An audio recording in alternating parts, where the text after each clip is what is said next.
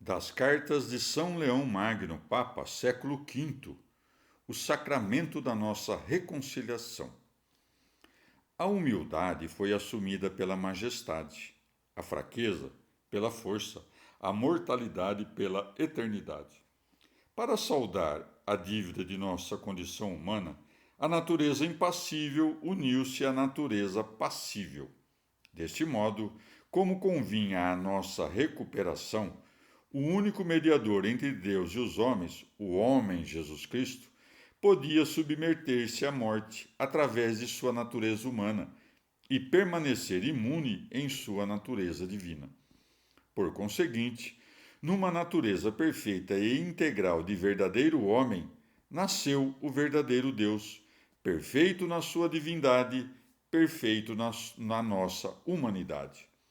Por nossa humanidade, queremos significar a natureza que o Criador, desde o início, formou em nós e que assumiu para renová-la. Mas daquelas coisas que o Senhor trouxe e o homem enganado aceitou, não há nenhum vestígio no Salvador, nem pelo fato de se ter irmanado na comunhão da fragilidade humana, tornou-se participante dos nossos delitos.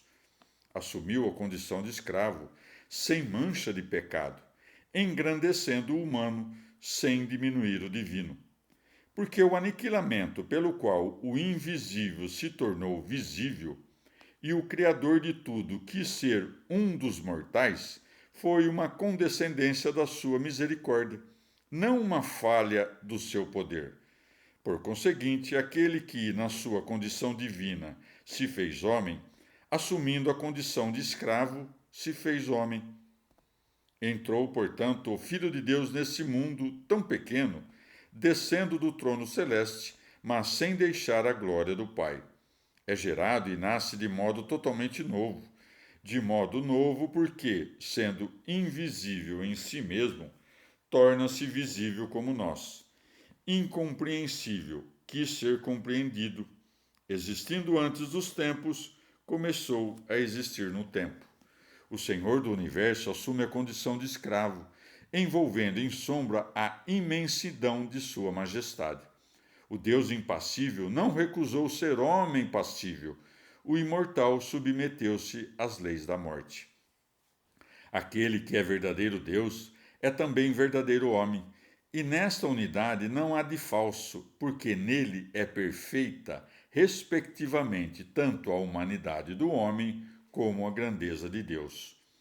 Nem Deus sofre mudança com essa condescendência da sua misericórdia, e nem o homem é destruído com sua elevação a tão alta dignidade. Cada natureza realiza, em comunhão com a outra, aquilo que lhe é próprio. O Verbo realiza o que é próprio do Verbo, e a carne realiza o que é próprio da carne. A natureza divina resplandece nos milagres, a humana sucumbe aos sofrimentos. E como o Verbo não renuncia à igualdade da glória do Pai, também a carne não deixa a natureza de nossa raça. É um só e o mesmo. Não nos cansaremos de repetir: verdadeiro Filho de Deus e verdadeiro Filho do homem. É Deus, porque no princípio era o Verbo e o Verbo estava com Deus, e o Verbo era Deus. É homem, porque o Verbo se fez carne e habitou entre nós. João 1, 1, 14.